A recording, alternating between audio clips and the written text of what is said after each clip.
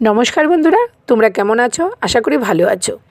আমিও ভালো আছি। শিবানী রান্নাঘরে তোমাদের সবাইকে স্বাগত জানাচ্ছি। আজকে আমি নিরামিষ রান্নার দুটো রেসিপি নিয়ে চলে আসলাম। দেখো কড়াইতে দিয়ে দিলাম তেল, দিয়ে এবার বড়িগুলো ভালো করে ভেজে নামিয়ে নিয়েছি। বাকি তেলের মধ্যে আমি দিয়ে দিলাম শুকনো লঙ্কা, তেজপাতা, পাঁচফোড়ন। তারপরে কেটে রাখা সমস্ত সবজি দিয়ে ভালো করে ভেজে নেব। তারপরে দিয়ে দিলাম কেটে রাখা লাউ শাক। লাউ শাকটা দিয়ে সামান্য একটু লবণ হলুদ দিয়ে দিলাম। তারপরে দিয়ে দিলাম জিরে বাটা, আদা বাটা আর দিয়ে দিলাম চেরা কাঁচা লঙ্কা। দিয়ে এবার ভালো করে মিশিয়ে নিয়ে কিছুক্ষণ ঢেকে দেব।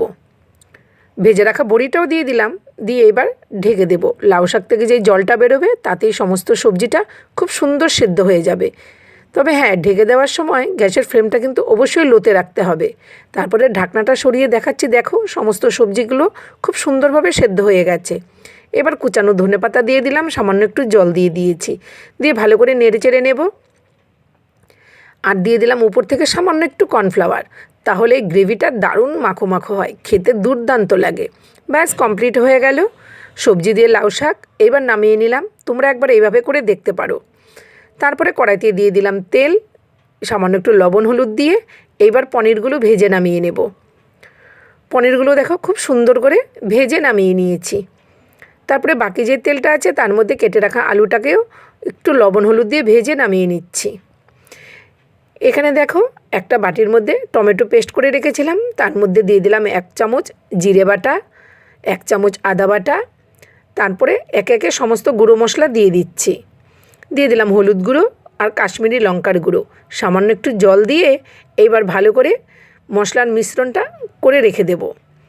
এদিকে আলুটাও ভাজা হয়ে গেছে, নামিয়ে নিচ্ছি। এই তেলের মধ্যে দিয়ে দিলাম তেজপাতা, শুকনো লঙ্কা, গোটা জিরে, গোটা গরম মশলা আর মশলা মিশ্রণটাও দিয়ে দিলাম। দিয়ে এবার ভালোভাবে কষিয়ে নেব। তার মধ্যে দিয়ে দিলাম স্বাদমতো লবণ, গরম মশলা গুঁড়ো আর দিয়ে দিলাম একটু মিশ্রি গুঁড়ো। দিয়ে খুব ভালো করে কষিয়ে নিলাম। তারপরে ভেজে রাখা আলুটা দিয়ে আবারও ভালো করে কষিয়ে নেব। দেখতেই পাচ্ছ আলু থেকেও কিন্তু তেলটা ছেড়ে দিয়েছে, খুব সুন্দর করে কষানো হয়ে গেছে। এবার দিয়ে দিলাম গরম জল। গরম জলটা দিয়ে দিয়েছি। দেখো আলুটা খুব সুন্দর সেদ্ধ হয়ে গেছে।